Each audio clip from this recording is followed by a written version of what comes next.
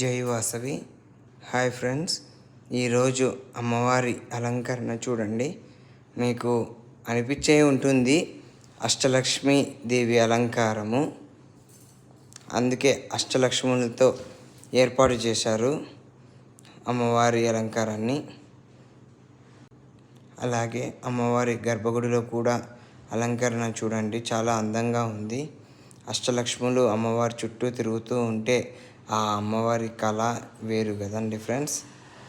అలాగే రేపు మూలా నక్షత్రం కాబట్టి సరస్వతీదేవి అలంకారం చేస్తారు, అది కూడా వేస్తాను.